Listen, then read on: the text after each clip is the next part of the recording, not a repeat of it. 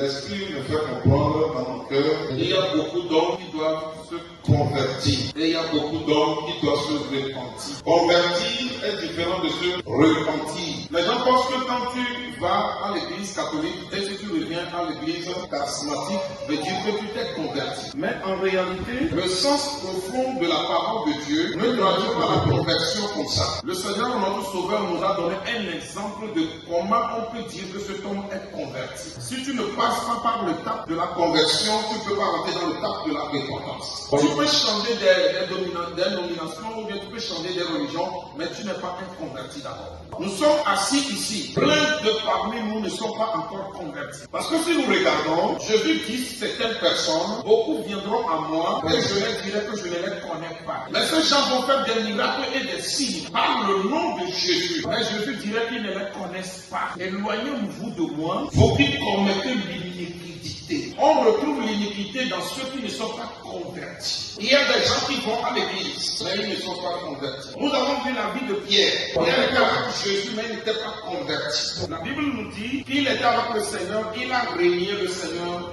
3 fois. Parce qu'il n'était pas converti. Tous ceux qui ne sont pas convertis peuvent régner. Si tu n'as pas encore l'esprit de la conversion en toi, tu ne peux jamais être stable par la parole de Dieu. Tu ne peux pas garder la parole de Dieu. Tu ne peux pas t'attacher à la parole de Dieu. Vous allez voir, l'Éternel donne la parole à Pierre. Tu vas me régner 3 fois. Pierre a juré qu'il ne lui régnera pas. Qu'est-ce que le Seigneur a vu en lui et il dit va lui régner. Mais Pierre était avec le Seigneur. Il priait, il guérissait les gens. Par l'onction que le Seigneur l'a imposé la main. Mais le Seigneur savait qu'il n'est pas encore converti. Ce n'est pas changer des religions qui me dit qu'il est converti. C'est de connaître ton Dieu et de s'accrocher à lui jusqu'à la mort. Un chrétien qui n'est pas converti ne peut pas être un homme de parole. Un homme qui n'est pas converti ne peut pas t'adorer à lui. Dans les moments difficiles, il va te laisser. Dans les moments des épreuves, il va te quitter. On n'a pas formé des gens convertis. On a formé des gens religieux. Il y a des signes qu'on voit dans une personne qu'on sait qu'il est converti. Il n'est pas un religieux. Quand tu es religieux, tu ne peux pas rentrer dans la plénitude de Dieu. Dieu cherche des gens capables, des gens dignes, des gens convertis, des gens qui sont prêts à faire la volonté de Dieu. Quand on va reconnaître celui qui va se convertir,